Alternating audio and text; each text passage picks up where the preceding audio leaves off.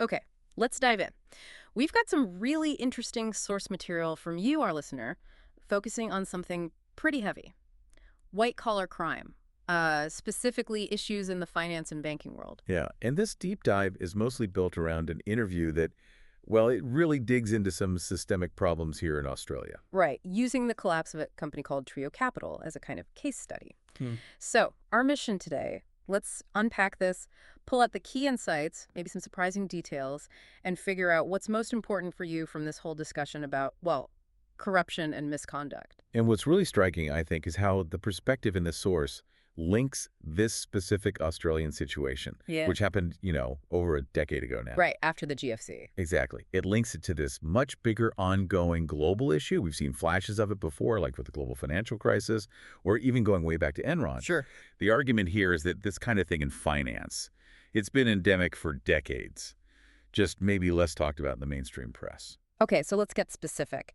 The source really zooms in on that Trio Capital Limited collapse in Australia post-GFC. That's the one.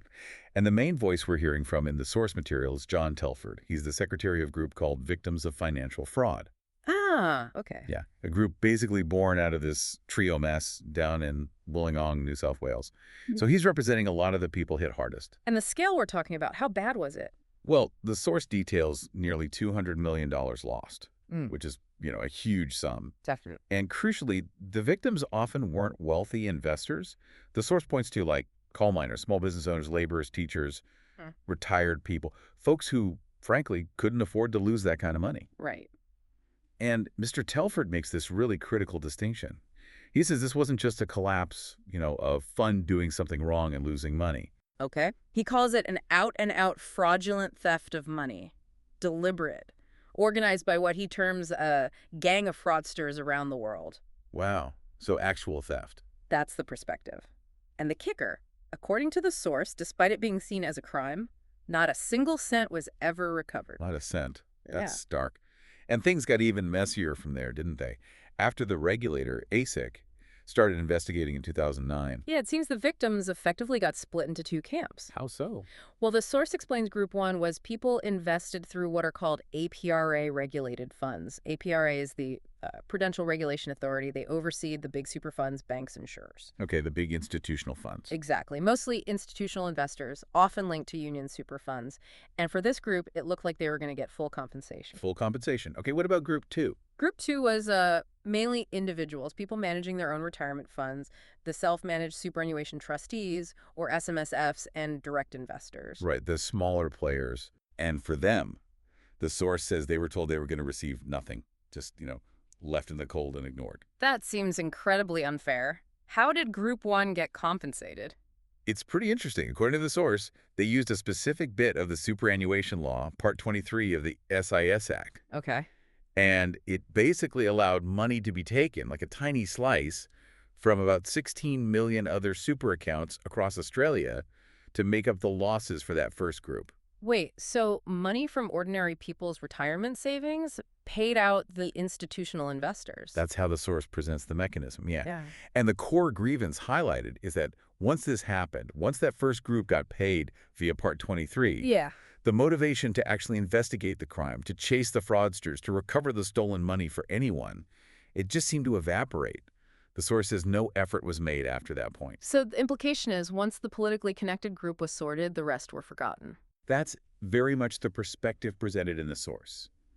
The view is that Group 1, the union-linked funds, had the political clout, the resources to push for that regulatory solution. Whereas the individuals, the SMSF holders. They just didn't have that kind of influence. That's the argument. And this leads to some specific names being mentioned, right? Particularly regarding the minister at the time. Yes, the source material raises specific allegations about Bill Shorten. He was the Minister for Finance and Superannuation then. Okay. And the perspective offered is that he was in a prime position to, well, influence how the Trio investigation proceeded. And the source connects this to his background.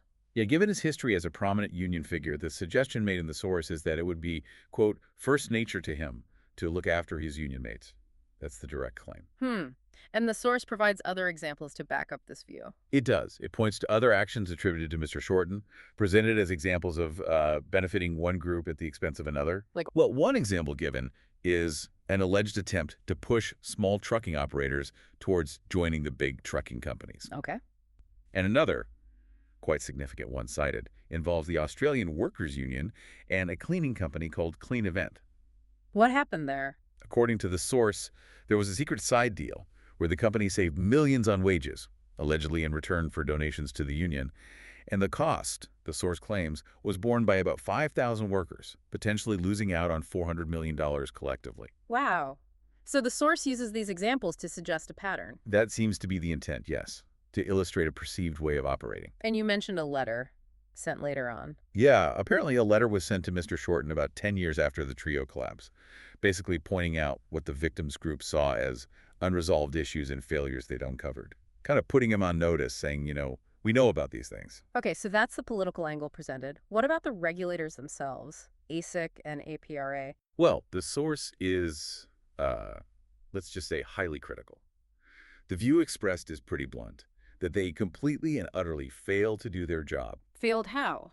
by showing an unwillingness, or maybe a reluctance, to actually act against misconduct in the finance sector. And this ties into how the source views the Banking Royal Commission from 2017. Absolutely. The perspective is that the Royal Commission was needed precisely because of the carnage, as the source puts it, created by years of ASIC and APRA failures. But the source wasn't happy with the Royal Commission itself. No, not entirely. It's actually described as a Clayton's Royal Commission.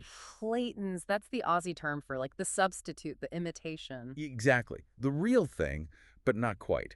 The argument is it was so rushed that its terms of reference were too narrow, maybe even influenced by the banks. Hmm. And it's claimed it focused too much on cases that were sort of already resolved instead of the really tragic ones, people losing farms, losing homes where victims felt they hadn't had justice. And what about the recommendations that came out of it? Well, the source points out that some of the best recommendations ended up being scrapped later on, like a compensation scheme of last resort, a safety net, basically. And because that was dropped, the source argues thousands of Australians now have no chance to resolve outstanding issues. Why? Because they just can't afford to go and get a law firm to fight their case. So it comes down to money again. Access to justice. That's a big part of the argument. And the source also pushes back against the idea that it's all just about bad advice. What else is it then? It argues a lot of the damage comes from fundamentally dangerous products being allowed onto the market in the first place. Okay, so the products themselves are flawed. Yeah. And the source talks about enablers. Enablers. The professionals involved, lawyers, accountants, auditors, fund managers. The suggestion is that these gatekeepers can sometimes collude to put bad products out there, make their money, and then, well, they avoid accountability when it all goes wrong. Is there an example given? A pretty shocking one mentioned is selling life insurance to deaf people. Seriously. That's the example cited, just starkly illustrating the point about inappropriate products and the recurring theme. Nobody was held to account. Not just here, but globally, the source suggests. It sounds incredibly widespread. Is there a figure put on the total losses in Australia? Yeah, and it's devastating. The source cites an estimate that Australians have lost around $43 billion from their savings in the last 15 years. 43 billion. Billion, yeah. Ripped off, misappropriated funds, that kind of thing. And Again, who's losing this money? the source stresses it's often mom and dad, investors, small business owners, people who can least afford it. And crucially, they're often not in a position, financially or otherwise, to actually chase down those losses or get justice because the legal costs are just too high. It's not just a historical problem either, right? The source mentioned recent cases. Definitely ongoing. They bring up the Wolf of Woy Woy case that was on Four Corners recently. I remember seeing something about that. Yeah. People losing money in a scheme linked to an alleged perpetrator, Edward Lancaster, who apparently had a history of similar stuff over in New Zealand. And the authorities. What does the source say about their role in that one? Well, it highlights what it sees as another failure. Apparently, a financial advisor contacted ASIC, the regulator, with information about fraud happening in that scheme. Okay. So they were warned. According to the source's account, yes. But ASIC didn't even get back to him. Didn't get back to. That's the claim.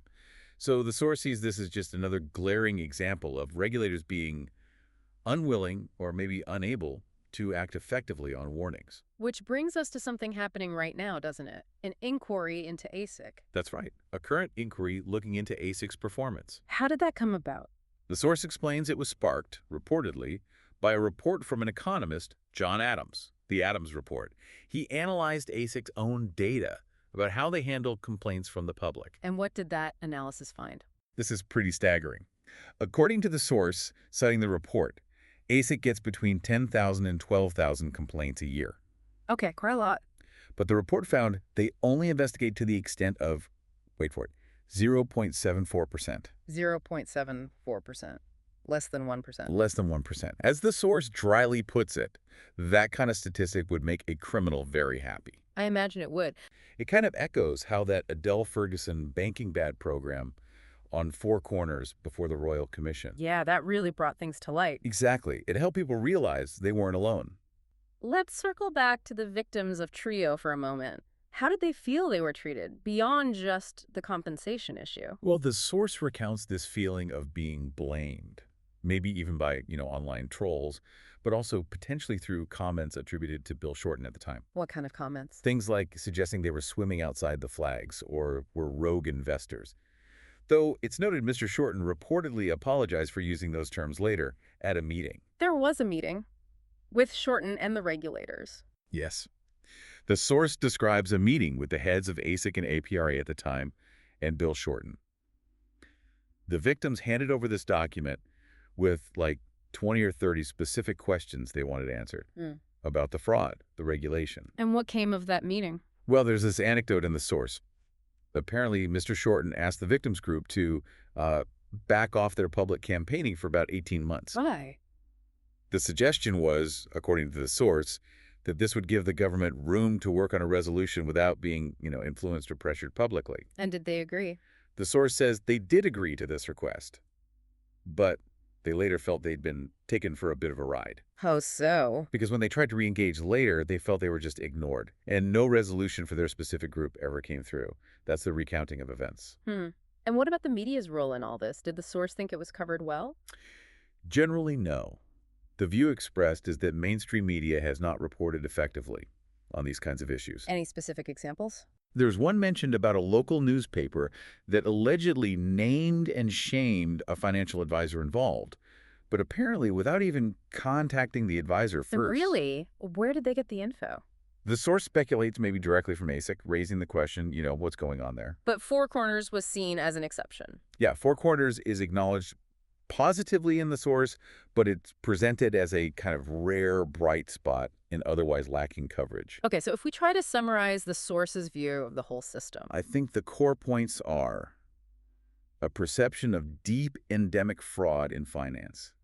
Regulatory bodies, ASIC, APRA, seen as reluctant to act effectively, maybe just ticking the boxes. Leaving victims kind of stranded. Exactly, without real recourse to get their money back or see justice done. There was also that cynical comment about ASIC's funding. Oh, yeah. The observation that government likes ASIC because, quote, you give them $1 and they give back to the government $2, implying, maybe a focus on generating revenue through fines rather than actual victim protection or crime prevention. And finally, that whole challenge around due diligence. Even when you invest in something that seems legitimate involving big banks, auditors, law firms, licensed products. All the supposed checks and balances. Right. The source recounts how victims were still caught in a scheme that fooled the entire market, the gatekeepers, but then the blame seemed to fall on the individuals, not the gatekeepers who arguably should have stopped it. So to recap the key takeaways from this source material we've explored, we heard about the Trio Capital case, that crucial difference between a collapse and deliberate fraud. The unequal treatment of victims, potentially linked to political influence and regulatory mechanisms. Those perceived massive failures by ASIC and APR, the criticisms of the Banking Royal Commission. That staggering $43 billion figure lost over 15 years, often by ordinary people. The fact that these problems seem ongoing, highlighted by recent cases, and that shocking statistic, less than 1% of ASIC complaints investigated. Yeah, it paints a pretty grim picture from this perspective of a system where individuals feel powerless against huge financial forces and, well, seemingly ineffective regulation. It really does. Which leaves us, and you listening, with a pretty challenging thought, doesn't it? If the source is right and the main regulator investigates less than 1% of complaints, and big inquiries haven't led to fundamental change, Then how can individuals fight back effectively? How can they hold the system accountable when they get ripped off?